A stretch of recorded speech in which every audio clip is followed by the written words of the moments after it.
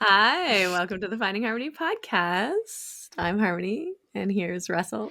I'm so excited to be here today, Harmony. I understand that you have the Prime Minister of Great Britain here to speak with us, and she's going to respond to PMQs. Fantastic. Not quite. No? No. Today, we have the beautiful Sophie Cleere that we're meeting with. Oh, it's not Liz Truss. No. No. Hi, Sophie. How are you doing? I'm good. Although someone said to me the other day that I have a similar necklace to Liz Truss, apparently. So No, I was like, okay. You do sound just like her, though. God. I do, don't I? Yeah. And now I'm trying to sound like her. So Harmony, did you know that she resigned this morning? No, I can't keep up. Shortest serving prime minister ever in history. Yeah. Must be a shit job. Is that actually true? Because honestly, are you trying to? Is that actually true? Fuck, you haven't seen the fucking news, mate. Sophie and I are on the same page. We are not keeping up with the news. Turn on the TV. Turn on the telly. She resigned. Yeah, it's done. She's fucked off. Yeah. Yeah. So the whole meme about this is a head of lettuce. What are the odds that this head of lettuce outlasts Liz Truss? The lettuce won. Okay. Well, I mean, I don't watch the news because, I can see that. Me neither. Yeah. Try and stay away from it. My partner loves it. He just loves it. I just have to, no. It's and too you haven't spoken to him yet either today. Yeah.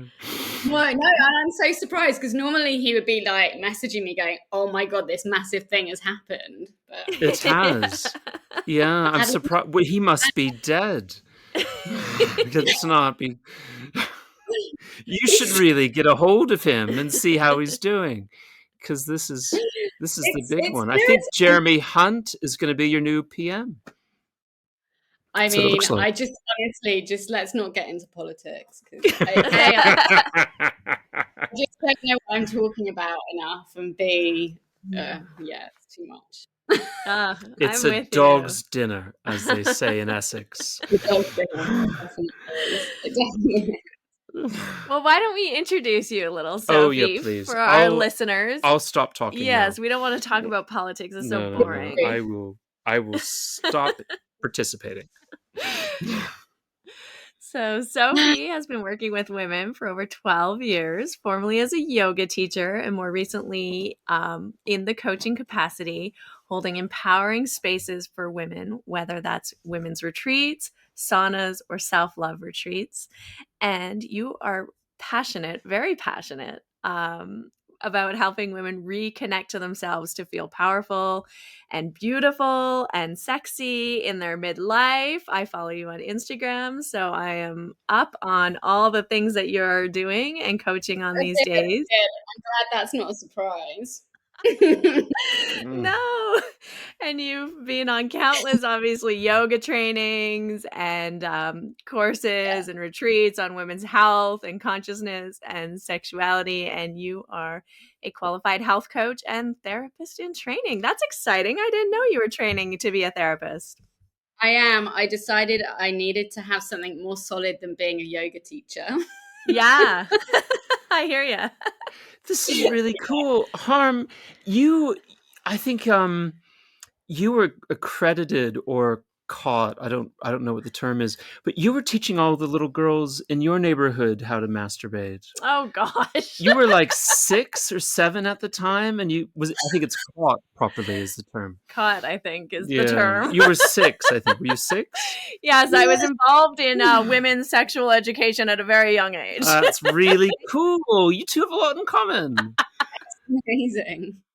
I was like slightly concerned about my work, like just talking about my work and like, is that going to be okay on here? And then Russ comes out like that.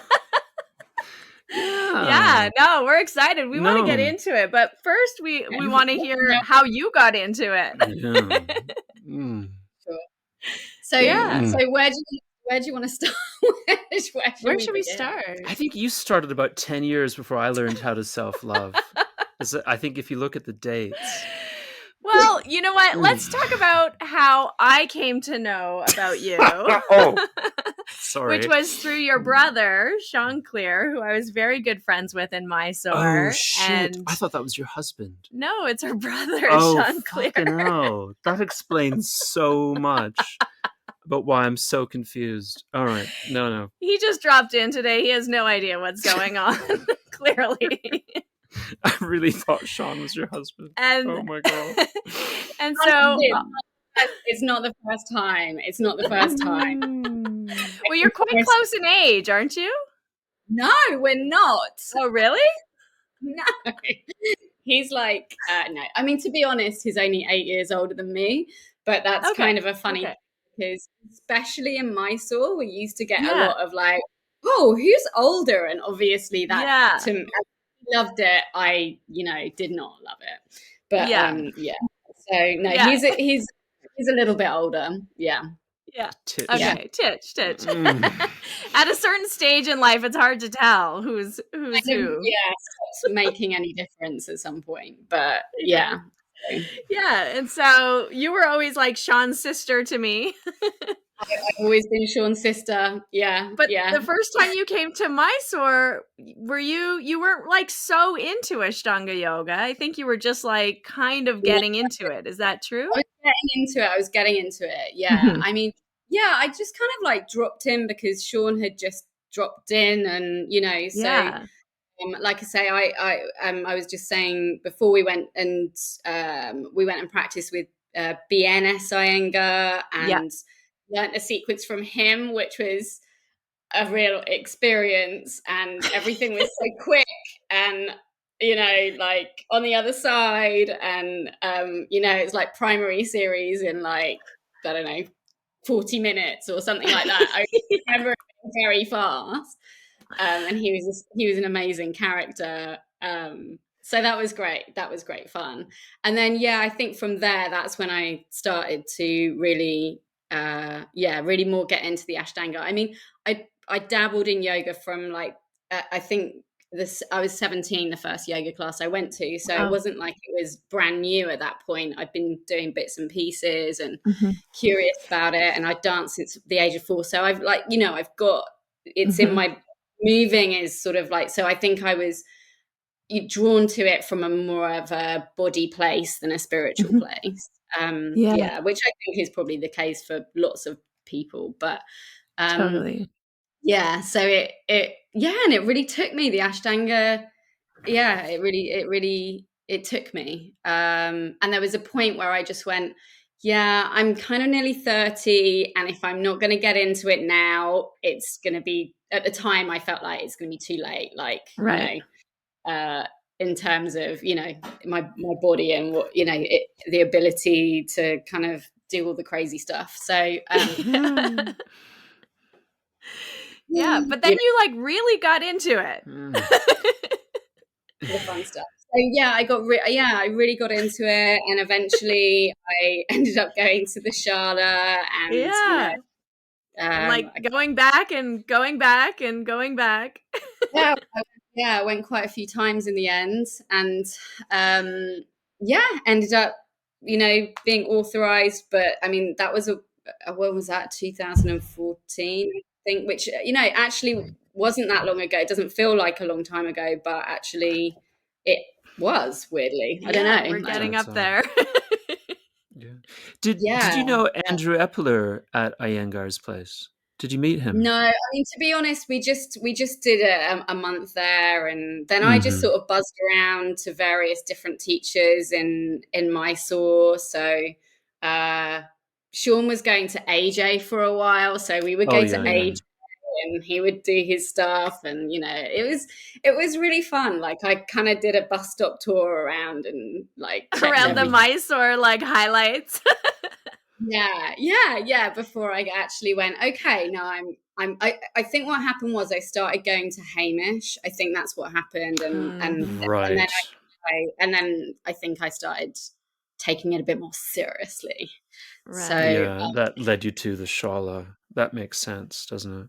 Yeah. So yeah, and I don't think, I mean, it actually was very quick, the amount of time it took. I know some people wait for like decades to be authorized, and it actually was very quick for me. So Yeah. yeah. So that was that's, that's a kind of, I guess, like a 7-year period, 8-year period condensed into 5 minutes.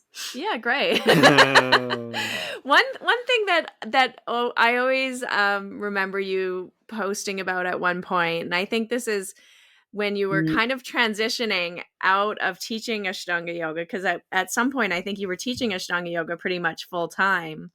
And Mhm. then you were like moving more into exploring like different movement styles, or like really listening to your body and doing, you know, what what feels right or good that day. And you're really talking a lot about really listening and honoring yourself, and how your experience with the practice was kind of like taking you away from that, and you were like being very restrictive with your diet and like with your routine and all the things. Can you tell me a little bit about that? Like, what was it that led you to look at what you were doing and be like, this isn't Yeah. working for me anymore? Oh my god. I think it was a hormonal shift. Mhm. Honestly, I think I went into perimenopause pretty early.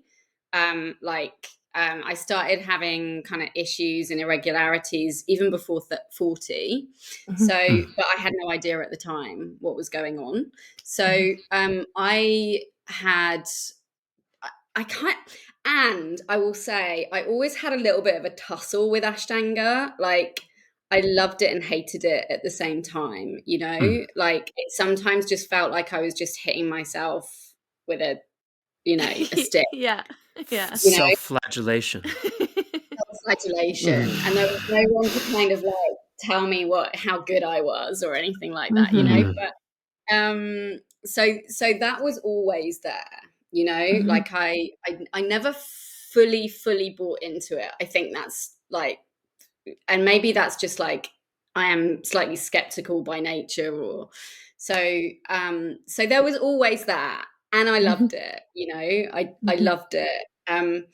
And then I remember I went to see Dina in Byron Bay in Yeah. 2018, and it was really like, I was super excited. My practice was in a great place. I was just like, yeah, it was good.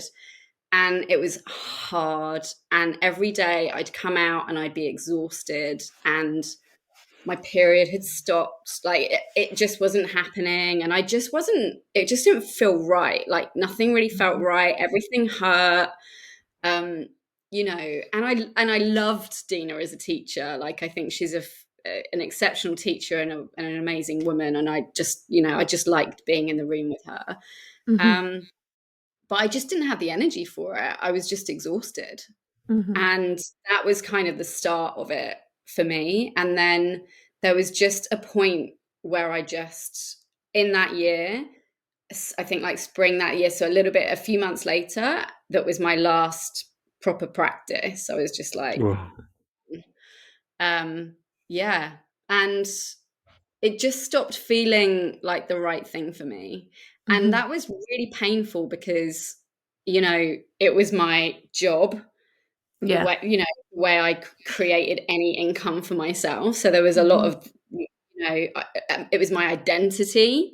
Mhm. Mhm. There was so much tied. It was my community, my friends, Mhm. like, so Yeah. much was tied up with it. It was just Yeah. really, and at the same time, all the Patabi Joyce stuff was going on. So there was so much shit going on. Mhm. Um, and so it was just like, everything just seemed to sort of culminate in this moment where I just thought, I just need to step away from this and see what happens. Mhm. Yeah.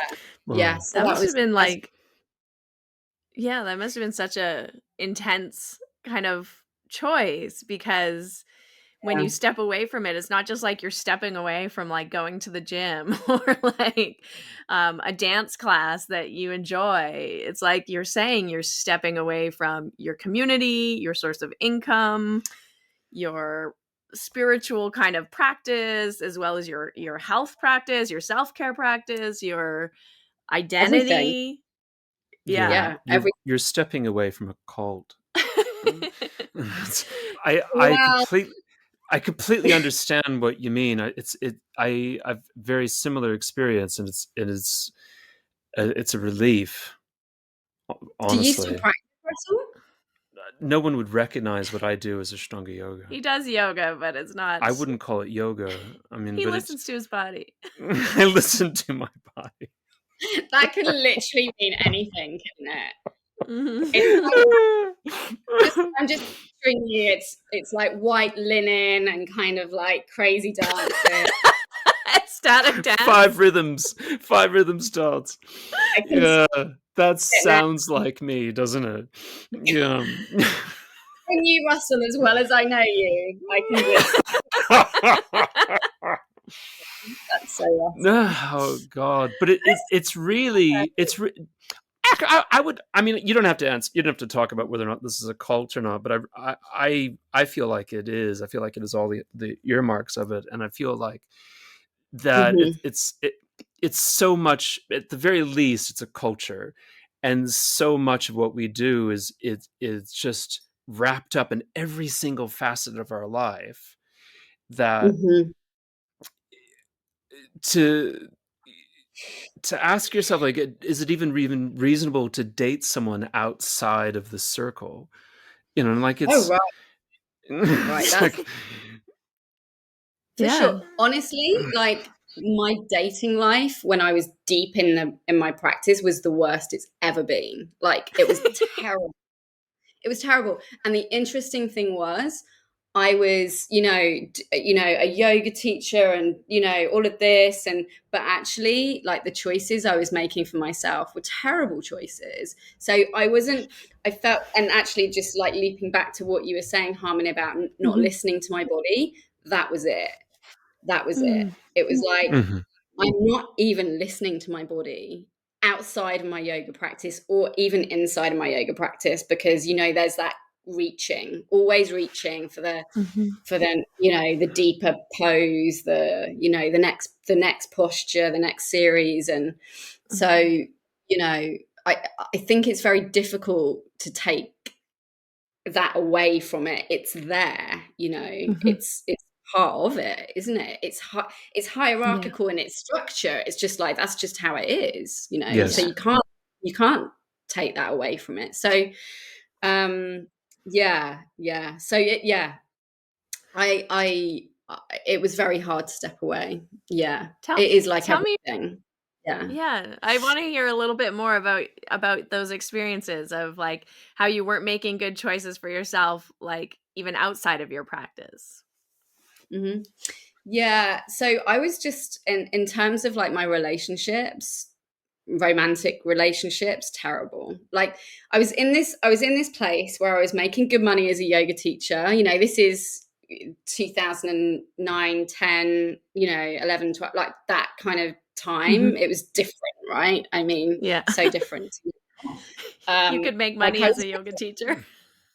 you can make money as a yoga teacher. It's like, yeah, I was making really good money for not doing that much in Yeah. terms of like workload. Yeah. And so I've lost my train of thought. This happens sometimes. What was I saying? So I you were was in a Date. talking about personal choices that you were making outside of right. Yeah. yoga and So dating, and in terms of my professional life, everything was really good. My personal Mhm. life was appalling. And uh, I'd chosen to go back home to my hometown to teach, because Brighton was not the best idea even Mhm. then, because there was yeah, so many teachers there. So I saturated. Yeah. felt saturated, and there was nothing in Reading, where I come from. It's just outside of London. There was at the time nothing. So I was like, Hmm. this is a smart move, and it was definitely the smart move in terms of actually like doing quite well Mhm. professionally. Um, what was going on, I think, is just I didn't have an understanding, and I didn't have like a body soul connection. I didn't realize Mm. that the choices that I was making with my body actually did had any connection to me as a as a being, you know. Mm. So and the yoga practice didn't it did help because it was there as a support when things blew up, which they did quite a few times. You know, and I'm not blaming the practice, and I would never, you know, I wouldn't ever take it away. Like I loved it. It was an amazing period of time. But you know, yeah, my thoughts gone again. What was I saying? This happens all the time to me. Honestly, Russell, don't ever go into menopause. It's terrible. I couldn't honestly tell you if I was or wasn't currently in menopause. Um, There was just this so very your relationships were blowing up, and were they blowing up because of your practice? But you at the time you were. I'm not gonna blame the practice for that. I had some lovely relationships and friendships within the practice. I did meet someone who was, you know, an Ashtangi at one point. That was a disaster. Uh, but I was just kind of broken, you know, like Mhm. that wasn't the practice. That was just a period of, you know, an uninformed childhood in terms of having respect and sovereignty, and, you know, taking care of myself, and having, you know, having good boundaries, and like all of that kind of stuff just wasn't Mhm. there really. Mm. You know, there was no one saying, oh, you know, this is how you go into a relationship, and this is, you know, how you take care of yourself in, you know, in the sexual relationship. And it's like none of that. And I, you know, I'm Yeah. pretty sure the vast majority of us were in the same situation. I don't think Mhm. most of us had like mentors in that sense. So Mhm. you kind of like, you don't know what you're doing, and that, you know, whoever you're relating to doesn't know what you're doing, and you can't communicate because you just don't have those skills, and so Mhm. it's all a mess. Mhm. Yeah. Yeah, I do think that that like the Ashtanga method and system and the whole culture and the whole lineage and the whole sort of all the stuff that we're talking about that goes along with being that like intense practitioner, where that's your sole focus and you're getting up at 4 a.m. or 3 a.m. or 2 a.m. to like do this big practice, and you're regulating your sleep, your diet, or maybe like Mhm. skimping on sleep and restricting your diet. Um, Yeah, all of those things, this is a theory of mine, but I feel are very appealing to a yeah. certain group of humans, which is maybe quite a few of us, who grow up in a situation where we are lacking structure Oh my and goodness. boundaries, and we don't have those like really, like you're saying, those mentors, those guides, those healthy relationships. We don't have maybe examples of that in our life. We don't have Mm, maybe open paths of communication with someone who can actually truly you know, be present with us and help guide us along those ways. And so we grow up feeling a little bit out of control and a little bit like in chaos. Mhm. yeah, And then all of a sudden we're introduced to this beautiful practice that has so many benefits, like physically, emotionally, mentally. Yes, yes, yes. But yeah. it also has this really like dark shadow side that can also kind of take over at some point. Okay. And Hmm. so it's like it's almost like that structure and that discipline and that intensity um, really is attractive when you've sort of Yeah. had a lot of like chaos going on. Right. And there's no questioning, you just do it, you know? Yeah. So you don't Yeah. have to think. You have to think about, how do I support myself in this? How do I, you know, is this okay for me? It's like, well, it is okay because this is what you're doing. You know, Yes. even I'm sure things have changed now, especially since COVID, but even hands-on adjustments, you know, they were Mhm. just given to you. They were done to you, you know. Mhm. There wasn't really a communication Yeah. about that. So, Or you know, your consent. consent, and so your autonomy is kind of withdrawn. And I guess I remember I was said many, many times, I actually really like that. Like, I Yeah. like that it was a part of my life where I didn't have to think. I just went and did it, and I was Mhm. told what to do.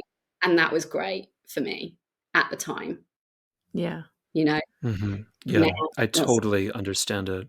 I completely resonate with that completely. Is yeah. with what Harmony has said mirrors what I experienced was total chaos as a child. Mhm. And Yeah. then I had dreamed about structure and fantasized about structure, and I thought I would go into the military because that seemed like a way to find that. You know, my dad advised against it coming out of the military himself. And then like, oh, here, this is perfect. This is everything, every part of my day, every hour of my day now has an itemization of what to be doing at that time. And Yeah. I want to say that for you two who might be struggling, I've discovered something that I think could really work and be a benefit. Now, We said we're I've had struggling. to I've had Right. to I've had to offer quite a bit of collateral, Oh um, gosh.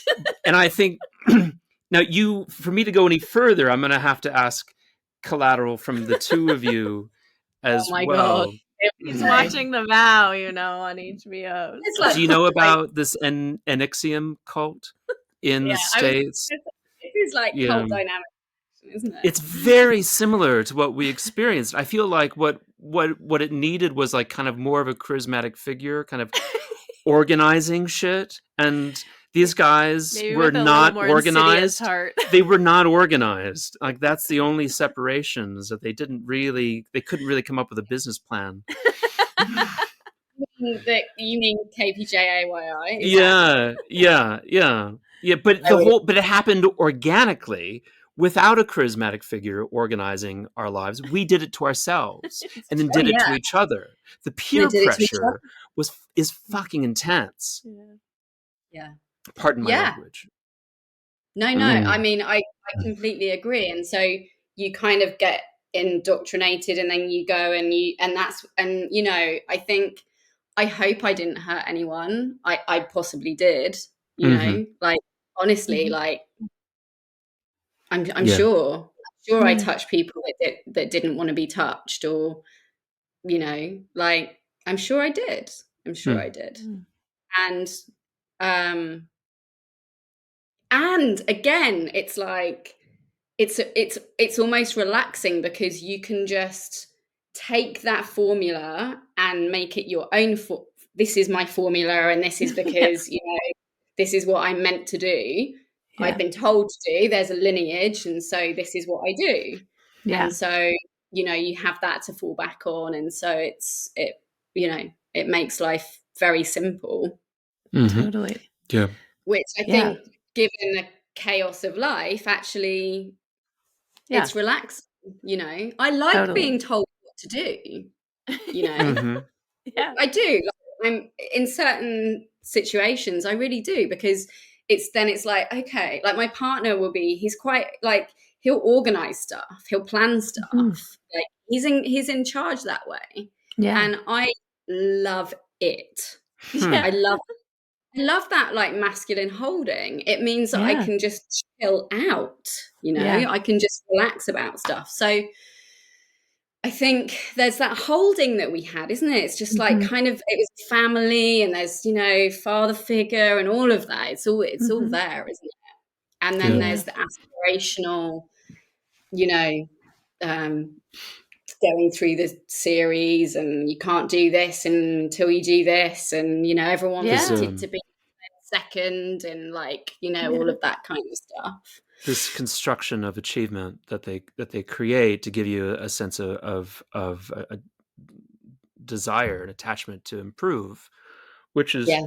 which is cool if if you want motivation. It is very motivating. Getting another posture is very motivating. Oh yeah. And then coupled with all of us having absent fathers, you know. Interesting study, though, like family dynamics within the Mhm. Ashtanga world. I'd be so curious. Now we're I think talking as about now. Yeah. Yeah. I think a statistical analysis I would come up with like 90%. Yeah, I think it's pretty issues high. with dad. Yeah. That's amazing. Yeah, I'd actually never really thought about it like that. That's really Yeah. that's really cool to think about. I mean, yes, and it's cool, but also Yeah. creepy. Yeah. Yeah. So you come to a place where you're like noticing you don't have the energy to sustain this like intensity of practice.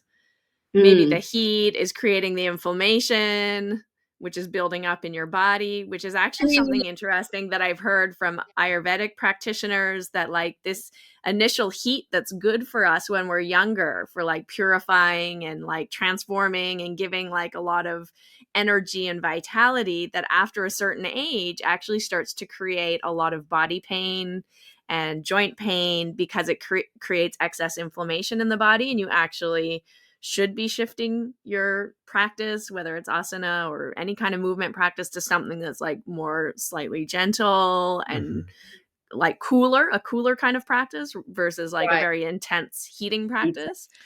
But Um, but I have like a, what do you call that? A tire? yeah, Like I've got you need to fucking, jog or something. I've got a muffin top. So like, what am No, I gonna do with like I don't cooling practices? Go swimming or know. something. The Swimming, gym. Swimming, yeah.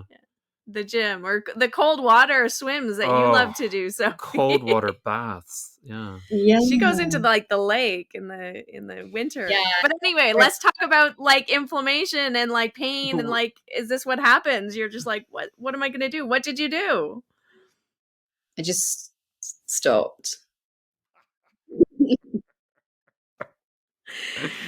And then what? Like, so one morning you're like, okay, I'm just gonna stop, I'm gonna walk away, and then you just like didn't get up in the morning to practice, and I you just didn't thought, teach. I'm just gonna see what happens, Uh-huh. and it was made easier for me because of what was going on with Patabi Joyce Right. and the way that I felt the community reacted to that, and Mhm. my immediate community. I mean, yeah, it was just like, I was just like, no one's like talking about this. Like, what's going on? Like, Mm-hmm. why is no one talking about this? And so I just stopped feeling aligned. I was like, actually, I don't Mhm. want to be part of this. It's like when you like see it, Mhm. and then it's like you can't unsee it. So I just Mm. saw it and I couldn't unsee it, and it was very sad. And I lost friends, and not in a kind of like I'm not talking to you again kind of way. It's just that then what you have in common, you don't have in common anymore. Like you don't, Right. Mm. everything just starts to kind of drift. But Mhm. I carried on teaching for a couple of years. I was still practicing a bit, Mhm. I just sort of dropped it in the most part. And Yeah. then the last Ashtanga class I ever taught was literally in lockdown in 2020. So I actually taught for Mm-hmm. another couple of years, Yeah. because you can't just stop doing your job Right. overnight. Yeah. Otherwise you have no income. Yeah. I mean, the other thing is that, when you talking about kind of like cult dynamics and being controlled and stuff, when you get authorized, you're made to sign something that says, I will start a Mysore program, Right. you know, Sure. Mhm. like, I don't know if you, I mean, I know Russell, you have, I don't know if you, did you do that? Yeah. So Sign the I never, contract. no, like actually done the Mysore program thing, Oh yeah, like, he used to teach in Taiwan and Stanford, Yeah, right. I taught San Francisco. 20 years. Yeah. Right. So, Wait, I well, that mean, can't be right. I mean, 2000, well, yeah, 2003. Yeah. you're Almost that 20 old. years. I'm that old. Yeah, He's he taught earlier today, I taught this actually. morning, actually. Yeah. I taught a Mysore room this morning, hopefully. And I know my student Phil is listening. Hopefully that was my last class I'll ever teach. No, you're going back next week. I'm hoping He's not. subbing. He's subbing. I'm subbing for Harmony's ex-husband. do, Russell, do you go in your linens? Do you kind of like go Fuck yeah, in I and do. He I do the does. He fucking dresses up rap for sure. and the whole fucking thing. And I'm very color coordinated. And I make sure the wrap matches the drapes. And got we've got some sage going and some. Yeah. Yeah, I burn sage. Of course, I burn sage. I'm not a noob. It's not my first rodeo. God damn, Sophie. So I mean that, I think I'm just waltzing in there. I established my authority right away. I hope you do. I hope you do. Christ. I demand absolute silence. No one talks back to you. No. If they the last time the last time they study with me is the last time they talk back to me. Then they are, oh fuck, that was the most fucked up thing, but also kind of hilarious about teaching in Brighton 18 years ago. 18 years ago is that the British are they were formerly an empire, and they're quite full of their own opinion, as it turns out, and eager to let you know what they think. And every time an order of the British Empire spoke to me, I out the fucking door. I kicked out so many people out of the Brighton Natural Health Center at least once a week. I kicked someone out. It's like, no, I'm not having this talk back. No. Chat. No, Yeah. no chat. I'm not having a chat. You can go chat to your Therapist. Your therapist. And then I left. I went to Taiwan, and not a single person spoke to me for 3 years. Taiwanese. They spoke Taiwanese, one, and none of them dare speak back to me. 3 years, not a single person spoke to me. It was paradise. But my point about 10 minutes ago was... Oh, forgive me. I'm so sorry. I was not going to participate this morning. No, was that is quite, it's such a rigid life, isn't it? Getting up at 4 or 3 or I don't know. 4. Yeah. 4. I used to dream of waking up at 4. Yeah.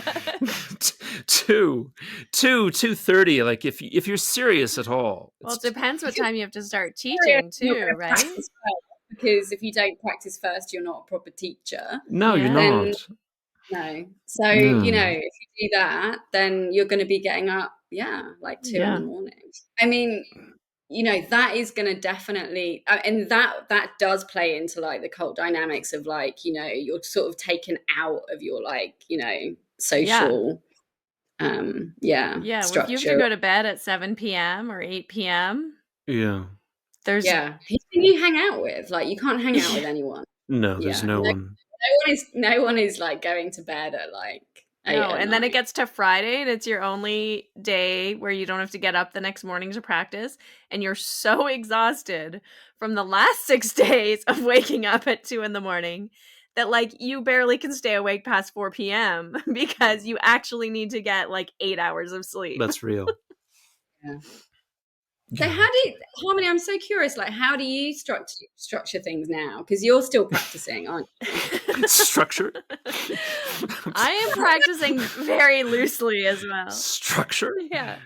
No, I don't wake up early and practice. That's not a really possibility for me. I mean, I get up, I like to do my meditation and my pranayama practice. If I can start my day that way, it's like so good. But yeah, you did that yesterday. Yeah. Yeah, that was nice. It's so good. Yeah. I don't know that you did that the previous 3 weeks. I try. It's funny. I started a new, because I'm in Ibiza at the moment. So I was like, I need to get into a routine. I need a morning routine. So I did. So 2 days ago, I started doing breath work, a bit of journaling, walk down to the beach, which is like a 20-minute walk. It's downhill and then it's uphill, and I swam. Yeah. Okay. Nice. That was like, I am winning the day. And I was to my partner, I was like, my morning routine that I've done for one day. My morning routine. It's so good though, right? It feels so good. You're like, okay, yeah. Very good. I'm up early. I'm like focusing. I have this time for myself. God. And It I really thank the Ashtanga practice for that, because I Yeah. think without that, I would never have got into the you do something first every day. You know, for me, Yeah. I'm just like, the day is so much better if I do something first Yeah. for me that is like movement, whatever I need to do Yeah. it first, because yeah. then you're set, you know. Yeah. And I think Ashtanga actually was a huge part in creating that kind of rhythm. A Definitely. huge mentor for me was my grandmother, and I like to tell people how she taught me how to do handstands, and she was really quite good at doing them and teaching them. And so what I learned from her is that you should get up at like 5:30, and as Mhm. soon as you should have a beer and a cigarette. And that's your. That is not a healthy morning routine. She lived a long time Yeah. doing that, to be honest, though, like almost Yeah, 70, 76. That's not that long, actually, no. that's pretty young. Yeah, that's pretty young. Well, she had a beer and a cigarette for like 60 odd years. Pretty Fair enough. good. Fair enough. Yeah, but I do Yeah. think there's something to kind of like practicing later in the day, Mhm. at a certain age and stage, when your body's a little like less inflamed. I mean, I have dreams of practicing in the morning. Again, I'm still like hanging on to that dream that I'll feel motivated to get up and do a practice early in the morning. Never again. But it's so, I mean, it just, I can't get up at 4 a.m. Oh my It's God. it's not happening, right? Well, not So if you're going to be, watching Star Wars till 11 yeah, p.m. but I have a son. Like, I want to spend time with him, and he has activities at night. So then we have family time, like when he gets home from his activities, and that goes to like 9 or 10, Yeah. And Yeah. that's nice. and it's nice, and I'm not willing to give that up. That's, isn't it? You know, Yeah, Yeah. that is, yeah, it's like at some point you need to just like get on with life. And I think yeah. like you can get so, and I'm in different kind of spiritual seeking kind of worlds. I like to stay on the Mhm. periphery a little bit, but it seems to be in every kind of like path. It's like people just get lost in it. Mhm. And it's like, what about Mm. life? What about actually doing life, like the day-to-day Yeah, stuff? It's not, yeah, it's not woo, and it's not just navel gazing. It's just like actual, just normal life stuff. How about we just get on with that and keep at least one foot in the real world, yeah, yeah. please. Totally. Well, speaking of real life stuff, I wonder if you could talk to us about female sexuality as we age, and what that looks That's like. Sophie's specialty. What does that what does it look like? Because I'd be interested to know what that, Oh like, wow, with wouldn't you like pictures, diagrams, and all sorts of things. I could Pictures also and I could leave, diagrams. so that makes it easier for you, the two of you, to talk to about. How is your know? sexuality changing as you age, Harmony? It's getting better. Is it? Shit. That's What good. why is that, Harmony? Why do you think that is? Well, I think actually it kind of relates to everything that we're talking about. Where, like, in my 20s, I mean, I started practicing yoga very young. I started when I was 20 years old, um, and got into Ashtanga, like, so intensely, like, at a really young age. And so then probably like 21, 22, I was like in it, like waking up early, going to Mysore program. At that point, it was sort of like more of a grassroots community here. Then I'd go to university. I was finishing my degrees, so my interest in maybe like sexuality was like very low on the list. Not that it Mm. had been low on the list prior to the Ashtanga yogas. It was much higher. but yeah, that like Shaking his head vigorously. I know.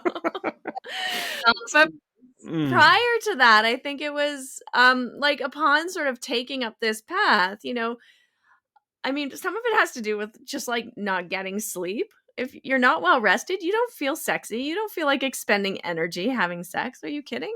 Like, no. Um, Mhm. and then when you're getting up early in the morning, it's like you have this discipline to your life. There's no real like relaxation except maybe on a Saturday, right? Which is Yeah. your day off. I mean, in the traditional formula that we all used to follow Yeah. to Yeah. be real Ashtanga yoga practitioners. I mean, now Yeah. it's a little different, but Yeah, we were told that. We were told to have sex once every like 14 days when our left nostril was open. That yeah. was out. That's a cult.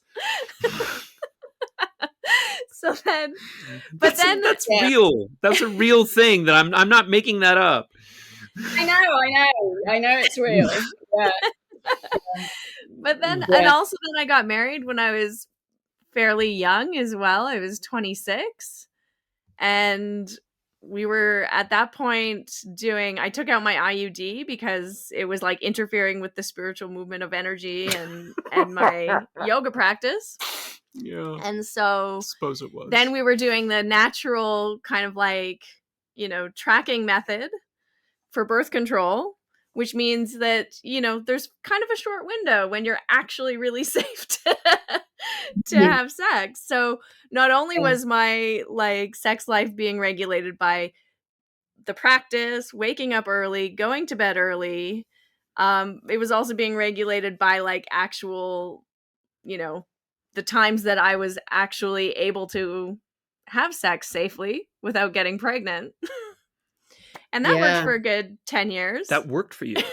Yeah, maybe not 10 years. But Maybe like it was that's 6 years but that we that's did that. but you're literally saying that was working for me. Well, it worked for me in not getting pregnant.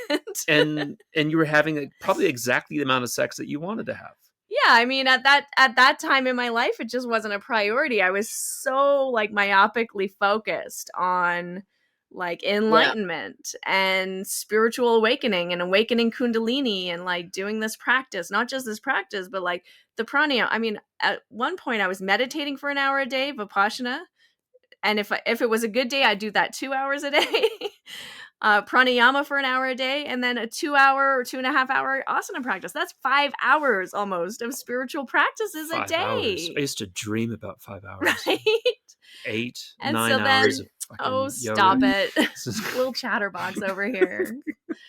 So and then you're teaching, right? And so then you're doing all the teaching, and I mean it just wasn't like a lifestyle conducive to pleasuring Yeah. yourself in any kind of way. I also think there's something about the rigidity, the linearness of the practice, Mm-hmm. and the the mula bandha like lifting, like Yeah. that area is kind Yeah. of squeezing all of the Totally. time. Yeah. While I think it's great to be able to like, you want like a healthy pelvic floor, Yeah. like it's just tight and held all of the time.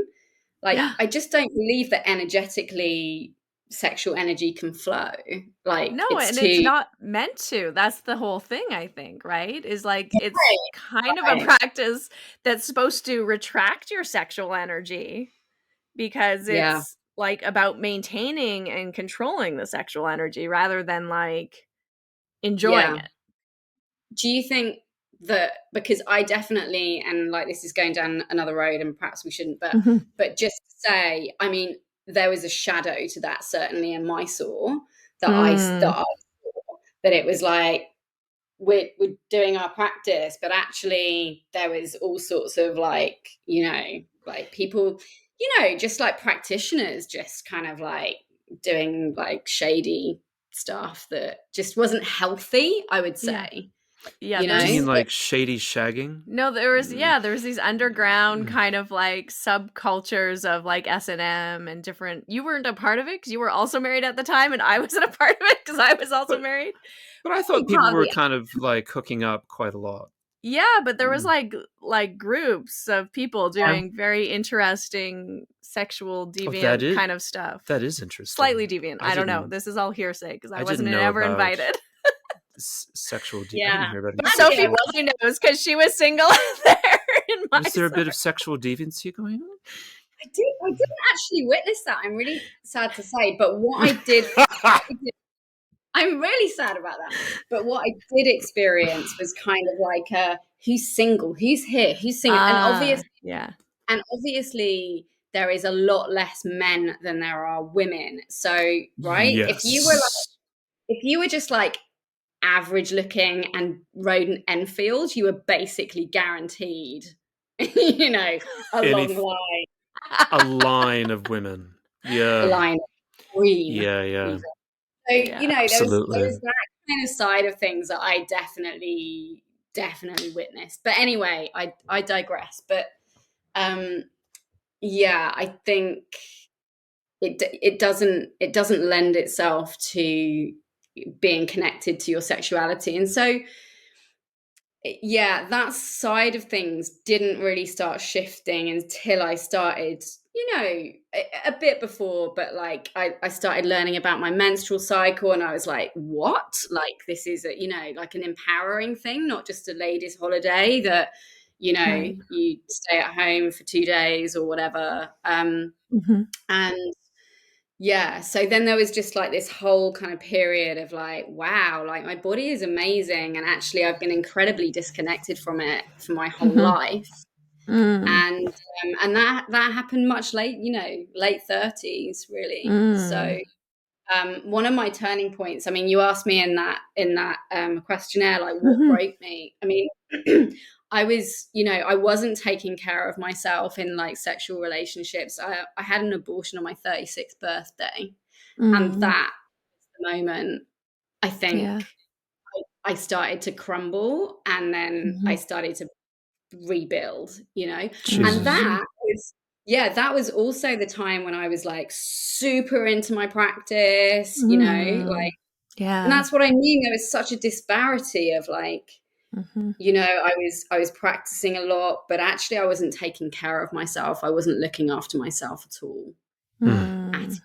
It was probably the worst point of my life in terms of how I was like looking after me, Mm. So it's Yeah. kind of interesting, isn't it? The Yeah. outside is like, if I look at pictures of me, it's like, oh, you're like so slim and strong and like all of this kind of stuff. But Mm-hmm. actually, it was bad underneath for Mm. Yeah, sure. it's fascinating because there is something about self-love, right? That this harshness of the discipline. I mean, and of course, not every Ashtanga yoga practitioner goes to this level of intensity, No, it's stay, or harshness, right? So I'm only just speaking in general about, I mean, and it can happen with anything, watching this movie, The Vow, there's like these women that like, take on these very rigid Austerities. austerities or, ascetic kind of disciplines.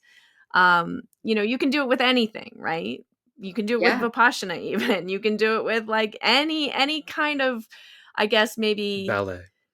yeah, ballet, like anything that's very for sure. disciplined. When you take that discipline to its edge, to your edge, there's something in that is actually, like you were saying, like more about self-flagellation, more about self-punishment, and not really about self-love, even if it's self-care, right? Like, and it's so fascinating because it's almost like that sattvic thing. Too much of it turns tamastic, right? Mm. Like too much of that good thing, if you take it to that intensity, to that discipline, actually becomes destructive and becomes more about how you don't love yourself rather than how you are loving yourself. And that again kind of is about the listening, right? Like if you're not listening to yourself, how can you love yourself? And if you're taught not to listen as Yeah. well, Yeah. you know, Mm. or you're not Totally. taught, it's like he's, so it's like actually you're not taught to listen, and then you're taught not to listen because actually you Yeah. don't listen, because what you do is what I tell you to. So Yes. it's like, it's kind of like, it's Yeah. it intensifies that not listening and that Hmm. not connecting. Yeah. um yeah, yeah. So I really miss the practice though, I have to say. Everyone we talk to who doesn't practice, everyone's like that. I really miss it. I love it. I know. Well, I I I've agree. I very, agree. very fond feelings for that 2003 2004, 5, 6, 7, and being with Patabi Joyce and being with like Harmony and our whole circle of friends, it was such a Yeah. good time. It's like Yeah. going off to the Hamptons every summer, and it was Yeah. such a thrill. Fun. And at the same time, like the dark shadow side for me was how much physical pain I was in and Hmm. how terrified I was, and how desperate I was for attention. And all of Mm. that was like the shadow side of this really sweet time with friends, you know. Mm. Gosh, yeah. Yeah, I can relate. I can relate to that. The But I physical love, pain. Yeah. yeah, yeah. But there is like an energy. There's like a vitality and energy that I think is very addictive that you experience Mm-hmm. when you're in that kind of structure of the practice that you just don't get when you're, practicing like, you know, sporadically. It's Yeah. like there's a intense, beautiful, vibrant energy that comes up. And I think that's kind of what you miss when you don't have that, like, I Yeah. don't know, that regularity of that practice. And I don't know, it Yeah. just seems to happen with Ashtanga in particular, because Yeah. even if you're doing vinyasa style or like other movement styles, it's like it doesn't have that same, I don't know, vibrant kind of powerful energy that gives you this, I don't know. It's hard to describe, but I think you understand what I'm But you saying. could see it. You could see it in people. Like if you looked at like Yeah. Melanie Fowler or Noah, and they walked in the room, and you could see it in their piercing stare. It was like, Yeah, it's a holy real thing. shit, It's a they've real got that thing. prana right Yeah. in them. Yeah, it's 100% a real thing. They're It's like powerful. they're like Yeah. commandos or green berets. Like they have that kind of aura around them of like, I could kill you. Mm. I'm like, I can see that. Yeah. So, Yeah. No, yeah. Yeah. Mm. So yeah, so sorry, we've gone on a little yeah, that's tangent. fine. You were going to tell us Um, about your sexuality. Yeah. Yeah, and helping women, helping other women to, yeah, through yeah, this period of perimenopause and menopause and what that I means. It's think a big this is transition. how it went. Yoga, menstruality, sexuality, like it, Mm, and like for me, because I'd had such a toxic relationship to sexuality, it was the most mm, important piece for me. yeah. And I'm glad it was. I'm glad I didn't find tantra conscious sexuality when I was in my 20s, because I would have made a mess of it. I'm sure, and because Yeah. it's Mm. like anything, it's like driving a fucking Ferrari. If you can't, it's like the same with Ashtanga, right? If you Right. don't know how to drive and you drive a Ferrari, you're probably going to crash. So, Yeah. I Yeah. probably would have crashed if I'd, come across conscious sexuality in my 20s. I think anything I would have done, probably it would have ended up the same. Mhm. But so I think it takes that like level of like maturity. Obviously, I'm very Mm. mature now, but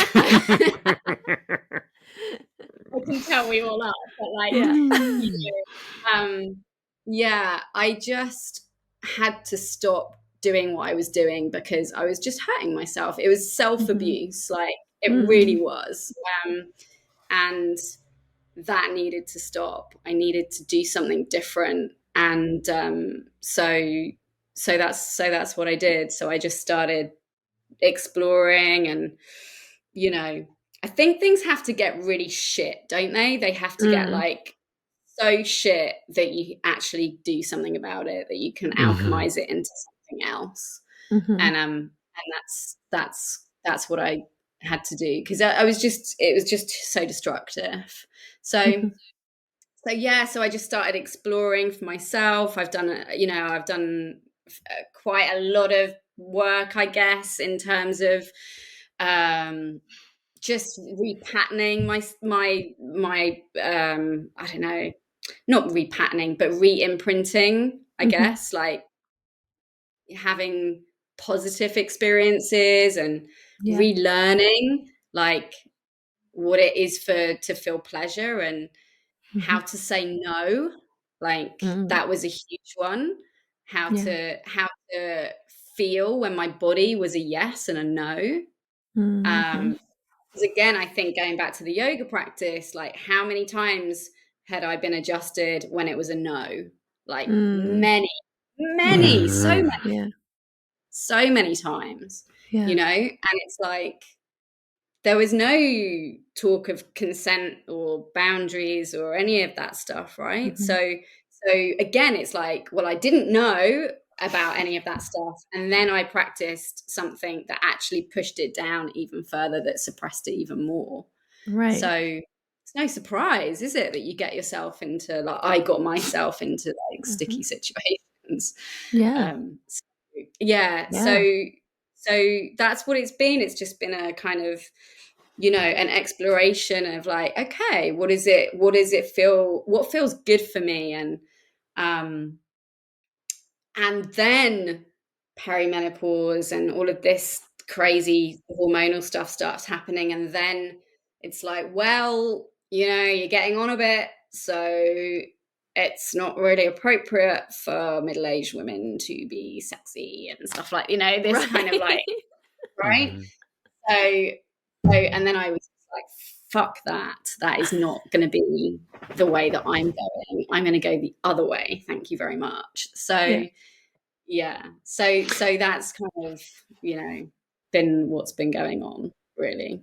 Um, It's yeah. interesting. I just to embarrass my mother yet again. The last time I was home, I think this last year, my brother and I were asked to move my mother's dresser, and my David and I know my mom really well, and there's no secrets or surprises for us. But so as we were kind of moving the dresser, it kind of tilted one way, and her kind of the bottom drawer fell open, and her collection of sex toys all spilled out. And it was just like, oh.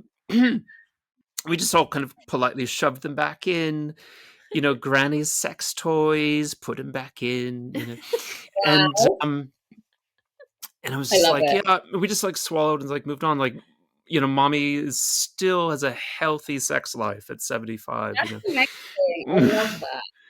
I love that. That's amazing. I mean, one of my mentors who I love, love, love so much, she's 73. She's Mhm. called Laurie Handlers, and she goes around the world teaching conscious sexuality, tantric practices, and she literally is, traveling constantly. And Mhm. she's just like so fucking juicy and amazing. And I'm just like, Oh. that's where I'm going. That's where I'm Mm. going. Yeah. You know, our, my I say all the time, our bodies are made for pleasure. Like, we're Mhm. we're built to, especially women's bodies, by the way. Mm. So, you know, you know, we have organs that are only there for pleasure. That's their only purpose. And so, yeah. So, and I think, again, it's one of those things that we just haven't been mentored. We haven't been, shown the ways, and it's like, Yeah. I think now is the time. There's a lot of women, and I think also there's something about hitting perimenopause, menopause, middle age, where you just go, well, there's a couple of things. One is that things start changing physically. Your Mhm. tissues start changing. You just can't have sex the way that you were having sex before, because Mm. it just fucking hurts. Like Yeah. it's just not how you want it anymore. Mhm. And also, yeah, it's like something happens. It's like, I don't need to do it like that anymore. And actually, I'd rather have, a lot of women are like, I'm never going to have sex again. They hit middle age, or, you know, and I know that there's a hormonal shift that is part of that. But also, I think there is I'm just not having any shit sex again, so I'm just not going to bother, you know? Right. Mhm. Yeah. Yes. Yeah. Yeah. you know so yeah, and I honestly feel like the sexuality it's a spiritual practice. I mean, Mhm. you can reach altered states with it. You can go to all sorts of beautiful places. You're connecting with yourself, your body. You're learning about yourself. I mean, it's the same as meditation and yoga, and Mhm. like, isn't it? It's just that Yeah. it has a lot of connotations that society doesn't like to talk about. So Yeah. Yeah. What's interesting is my pranayama teacher, Sri Pitori, he always, when he describes the state of enlightenment, like the Kundalini awakening, he always says it is more pleasurable. It is 100 times more pleasurable than an orgasm. And I always yeah, found that so fascinating that like this old Indian man who obviously has children so and is married, but you would never associate like sexual pleasure with this yeah, figure in front of you, but that's like it's such a compelling analogy. It's such a and it is like a spiritual thing, like, and it is something that the body craves. And yeah, the Kundalini energy is that creative source energy that's in us. And especially as women, we have that energy to create life, right? We have this in abundance. And yeah, so it's the same energy, actually. It's just yeah. instead of going out, you're pulling it up and in, right? Hmm. But if you're not, like you say, if you're not allowing yourself that pleasure or that joy, or like you're kind of like blocking that, it's almost like Hmm. you can't actually have enlightenment, you can't have this Kundalini awakening because it's the same energy. And so if you're saying Yes. no to that, then you're saying no to all of it, All of it. right? Yeah, yeah, yeah.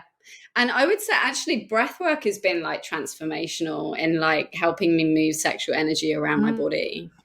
Hmm. yeah. Pranayama is, Yeah. and I didn't even I really didn't expect it actually, but practices like breath of fire and Yeah. different, pranayama practices, simple ones, really simple ones. Hmm. I'm like, whoa, this is Yeah. moving stuff. This is shifting stuff. So, I mean, I feel like that speaks for itself. Yeah, totally. Because prana is prana, right? And that energy it's the same, right? It's the same energy. It just is showing up in different forms or in different organs. Yeah. One Yeah. thing that really surprised me about my own sexuality was in Vipassana when you're really deeply listening. And I just remember lying in my cot, and I had you've got that bit of time to have a nap, and I was lying in my cot and having like this kind of hearing this vibration that's like constantly there, and I'm listening, and I was just kind of overwhelmed with how orgasmic it was, the sensation of deeply listening to your own vibration. And I'm like, oh, that's Beautiful. there all the time. If I just The time. take a take a minute to get off my fucking phone and like listen to it, you Right. know. And I'm Right. just, I know. Isn't it bonkers? Like how we spend the majority of our time when it's like we're like moments away from like orgasmic states of bliss. It's like, yeah. I Yeah. don't know it. I mean, it's like, oh, it's a bit too much effort. Oh, Yeah, orgasms are a bit shit, like fuck. It's like, yeah, is yeah, that right. about?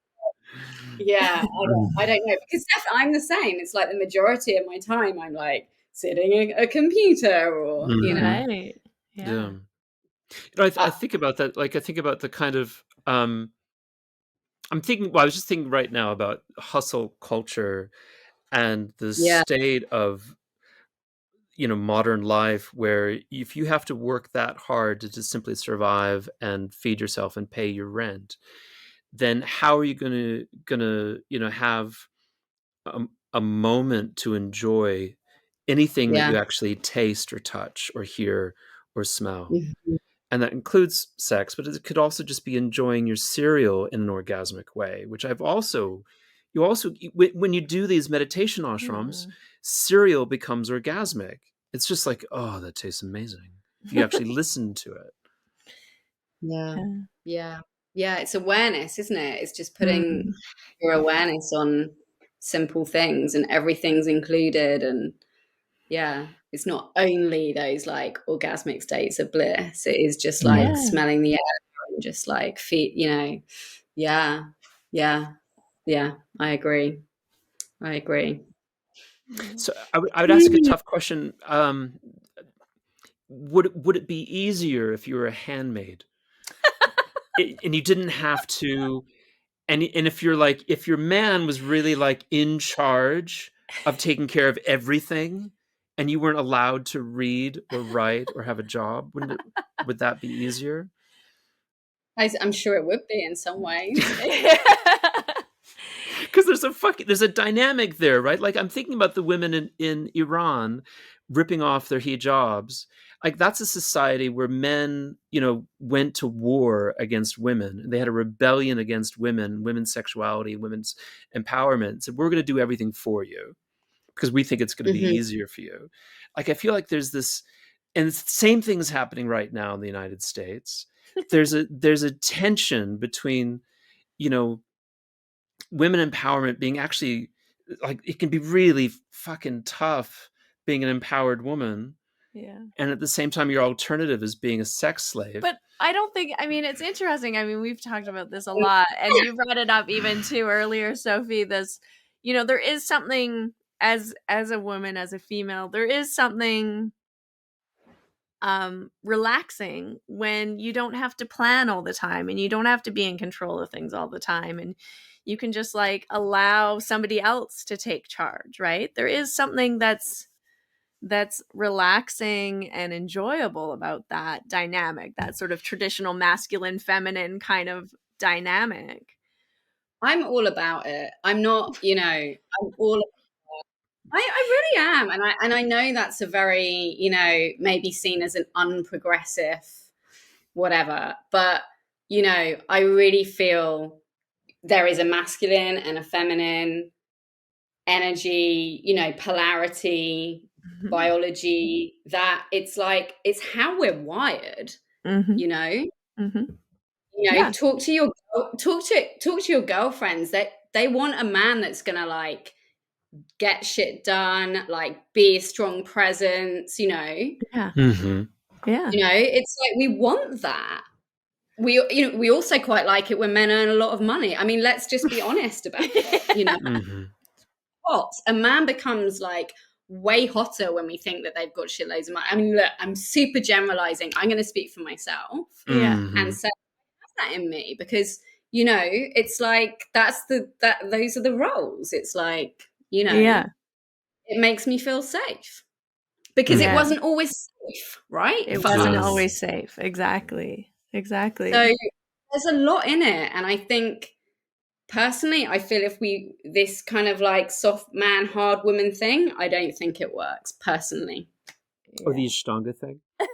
Yeah. Mm. That's interesting, actually. We do Mm. talk about that, like how the Ashtanga yoga practice, like in a physical sense, makes women hard and masculine because they have to Hmm. like work so hard. Their bodies also change and become like less feminine almost, right? Whereas men become very soft and Rebel. flexible, Mm. right? And so Gooey. I think Shelley Washington was the first person who said that to me. She said, "This practice turns women into men and men into women. What's going on?"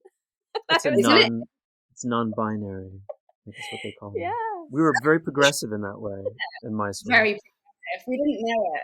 We didn't know it at the time. Mm. But, so I mean, Russell, would you say the opposite? So, like I feel like my understanding is that most men like feminine women, who are soft and, I mean, Curvy. like Find curvy. me find me the pornography site for skinny women. Find it.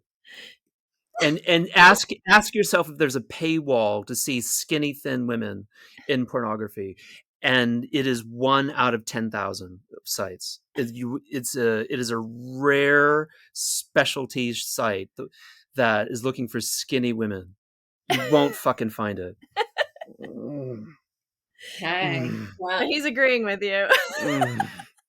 it's If I like, I guess I'm just saying that it's mm, it's something that I feel is like undeniable, and I Yeah. don't feel personally, I don't think it's helpful to avoid it, and you know I needed to learn about who I was as a sexual being, as a woman, you know, Mm. like my experiences, my pain, it all stemmed from, you know, my experiences as a woman. Mhm. And so that's where I need to go to heal it. I can't Yeah. pretend that I'm not that. And Mhm. Yeah. uh, you know, it's like you have to go back there.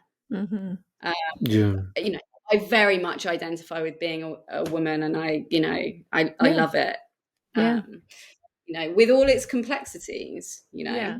uh, Yeah, and it is complex. Like to your point, Russell, it's not just that you want men to be men and like this traditional kind of dynamic of masculine and feminine energy is like, you know, should be forced either, right? Like that's again, there's this fine line between yeah, yeah, there needs to be some play. That's what makes it interesting and fun is the play. If it's just like men are exactly. in control and women have no power, that also isn't interesting for either person, I don't think. In certain Kind of situations. toxic. Yeah, Mhm. kind of toxic. That's it. But that's the thing, isn't it? Yeah. It's like it's the movement of it, and Yeah. being able to flow between, and yeah, it can be very, very hot, that dynamic, and Yeah. also sometimes the opposite dynamic can be very, very hot. So Yeah. Yeah. yeah, yeah. So I think I might be misquoting. I thought it was Gloria Steinem, but it might be someone else who said that often what you find is what women are protesting in the streets is what they desire in the bedroom, and that's bedroom. okay. And that's okay, But that's because Mhm. that's just what makes you feel sexy, and but that doesn't mean that you want to wear or a Yeah. yeah. And I feel one of the most important things, like, is feeling safe, right? So Mm. Hmm. when women feel safe, that's when we can, like, you know, surrender a little bit, let go, and Mm. feel pleasure. You can't Mm. feel pleasure if you don't feel safe, if you feel shut down. Right. So it's like, how do you feel safe? Like, when do you feel safe? Who do you feel, and it's like, or safe enough, like, Mhm. Mhm. um so my partner, I feel incredibly safe with. I can let go. I can, Mhm. but in my old life, I definitely was very shut down, and I put myself in, all sorts of situations where I couldn't have felt my own sexual energy, because I was actually probably in a kind of fight flight mode, Right. Yeah, for sure. Yeah. Yeah. you know Wow. so, Yeah. so it's like learning to trust yourself again, Mhm. learning to, yeah, like, I can take care of myself in all these different kinds of situations. I know when to take myself out. I know, I trust my no, I trust my yes. And then my Mm. partner can trust my no. They can trust my yes if they can trust my no, you Right. know? Yeah. Like, um, yeah, yeah. Yeah. I mean, it's a big thing. Yeah, there's It's lots to great. say. I love that. This reminds me of I having dinner in Sussex somewhere with a group of people who were all yogis, and we're all being kind of um, very open about our sexuality for some reason. These English people were doing that, and one woman Mhm. said, "Well, I have a child at home now, and I feel quite inhibited sexually. I can't be vocal." And I really am quite vocal, and said, honestly, it's ruining my life. And I was like, oh Jesus, Mm, that's really quite frank. And I yeah. immediately thought how my mother would never have inhibited herself vocally, and I can attest to that. Yeah. And that's like how people Mm. have the soundtrack of their life, the soundtrack of their youth. That's part of your My soundtrack. mother's sexual vocalizations are that. That's That's how I remember my childhood. But that must be an issue that you work with a lot, Sophie, is women. Like, I mean, there's a lot going on in middle age. I mean, not only the hormone changes, but like maybe you have children, maybe, maybe you're working a Mhm. full-time job, maybe, maybe you've been with your husband for like 15 years or something, and it's like just Yeah. not really the same kind of This, energy anymore. yeah. Yeah. Yeah. I mean, a lot of the time it's like I don't even know who I am as a sexual Mm, being. I don't even know who that woman is. Like, I either haven't experienced that for a while or I've never known, you know? mm-hmm. So it's like, again, I think like the kind of highlight of midlife comes along and it's like you have to deal with it Mm-hmm. or Yeah. not, like you can Yeah. completely ignore it as well and have a perfectly fine life. It's just that personally, I think it's one of the most beautiful gifts that we have as human beings. And so why the Mm. fuck wouldn't you? Yeah. Mhm. Why wouldn't Yeah. you? Like, it's incredible. And like touch and sensation and, connection Yeah. and oxytocin and like, why wouldn't you? Yeah. Yeah. But that's what we're talking Yeah. about, right? The sense of being inhibited, and I think these inhibitions are really grafted onto women from quite an Hmm. early age, Yeah. almost Yeah. immediately. You And see the way talking about parents treat girls differently from boys almost always. Yeah, because as soon as we start developing, then it's like, oh, you need to cover up and talking about sexual expression, so voice, Mm. we're kind of shamed for using our voice. And actually, one of the quickest ways to start moving sexual energy around your body is to use your voice. Like literally Mm. Mm. in moments, you can start moving sexual energy around your Mm-hmm. body just you know, and it's like, but Yeah. Yeah. it's not really okay. And obviously there's a time and a place, and I'm not like walking around just like orgasms all over the place, definitely not. And, you know, so there's an appropriateness that, Yeah. but but it's like we don't know because it's just we've never been taught and it's all kind of a little bit shut down and Yeah. not okay. Yeah. Well, I think But it's such important work. What? but I think you really can walk around feeling Orgasmic all day? orgasmic, and I think Sure. it In a is, certain as long way. as you're not on your phone and you're really listening and you're walking, you feel your pelvic floor, you feel your breath, you're Yeah. seeing the vibration of the infinite cosmos in front of you, whether it's just autumnal leaves, and you can feel that little orgasmic vibration in Mm, you. It's mm. like, oh, that's Absolutely. amazing. And Yeah, like it's, pure Yeah. pleasure. it is pure Mm. pleasure, and somewhat mitigated by being in public, but it's like it's happening if you're listening. Mm. Yeah. I love getting in the sea. I went and skinny dipped last night and it's beautiful. It's like the sea is warm and it's completely flat and there's no one around. And it's like moments like that, Mhm. just like Yeah. I am just a human doing human things and just like immersing myself in the beauty and the joy and the wonder of life. And I think we have to do as much of that as possible Yeah. because life is fucking hard in a lot of ways. And so, Yeah. but just remember that we're so, we have all this beauty. There is all this beauty to be Mhm. experienced. And so I think actually a practice that I try and do every day is connect to that beauty and that wonder and that joy in whatever Mhm. way I can. Mm. Um, yeah. And it's so simple, isn't it? So simple. Yeah, and Mm. you reminded me of a beautiful point, that our bodies, in the Yoga Sutras, Patanjali talks about how Prakriti or the material world, our bodies, right? And everything else around us is here to be used like it's a tool for our liberation, but it's also for our enjoyment, for our pleasure. Mm. And that Mm, this same body that we use to like, you know, process things or write emails or drive cars or like do all these kind of mechanical type yeah.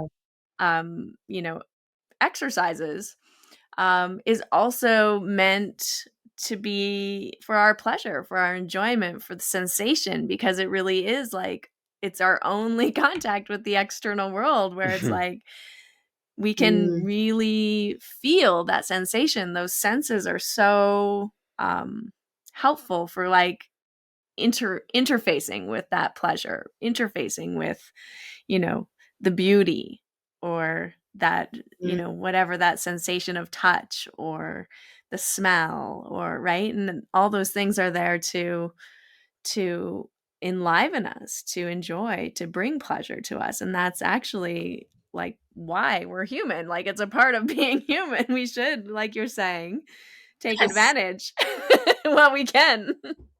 Yeah, and my partner's like, if God didn't want us to have sex, why did he create a world where literally everything is having sex all of the time? Like,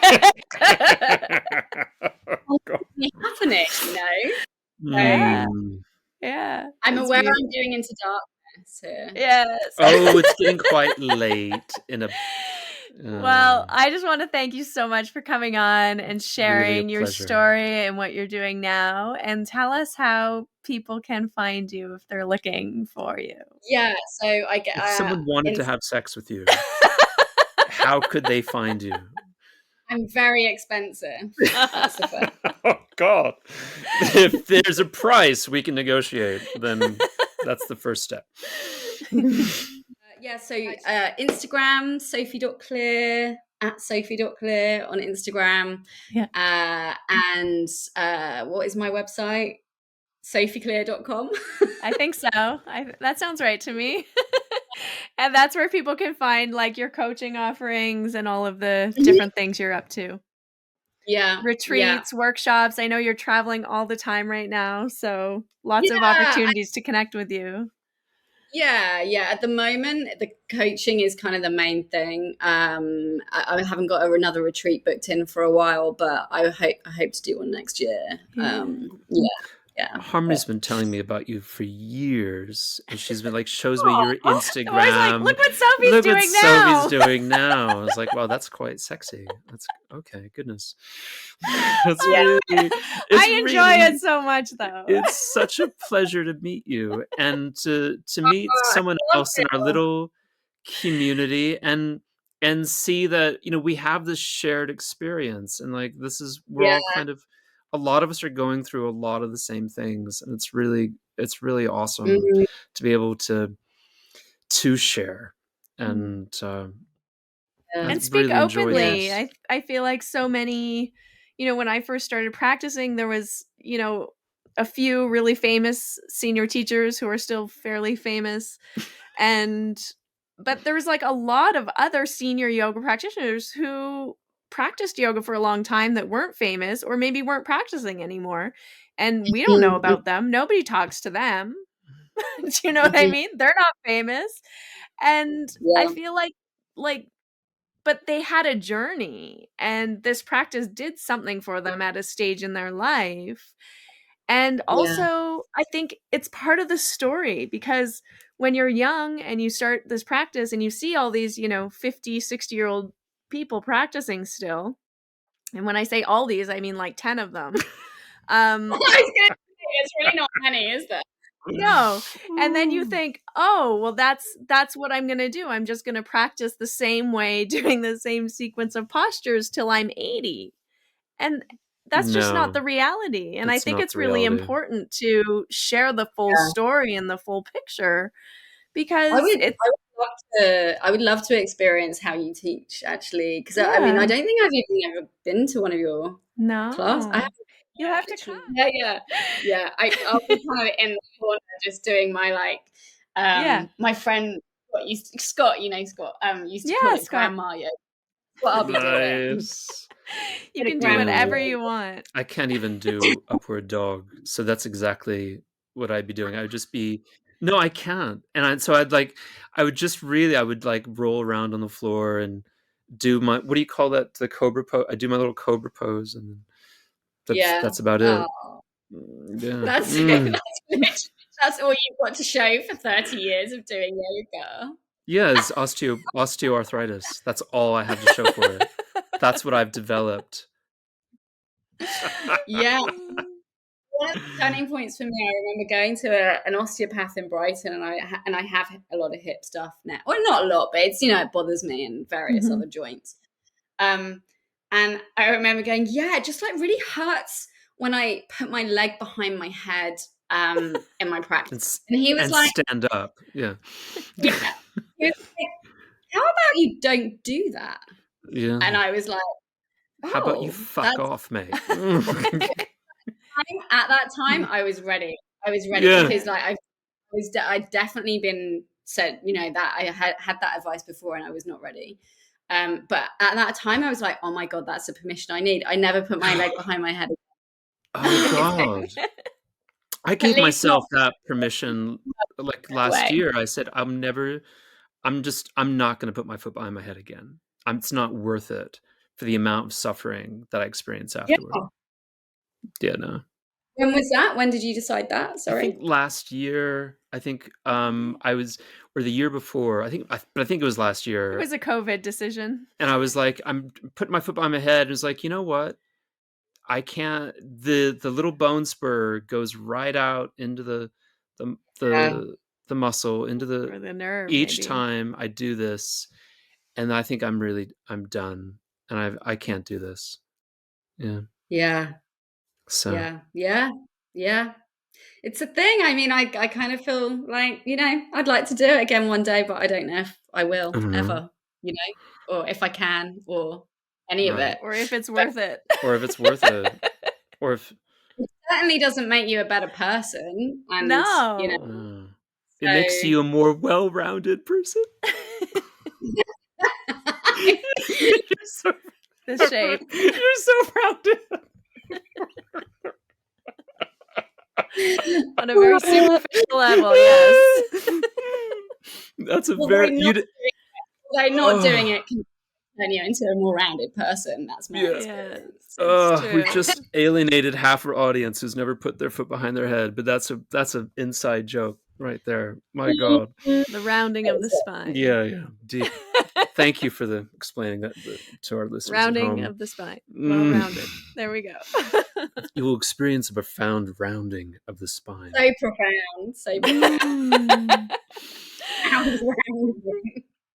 Thank you so much, Sophie. You're Thank totally awesome, Sophie. Thank you. I really enjoyed it. And I'm so enjoying your dog as well. Just like Yeah, going back. she's a very furry thing. She's She's Very very furry cute. part of the room. she's just like a living stuffed animal. Yeah. I love it. I love it. Dogs are the best. Yeah. Thank you so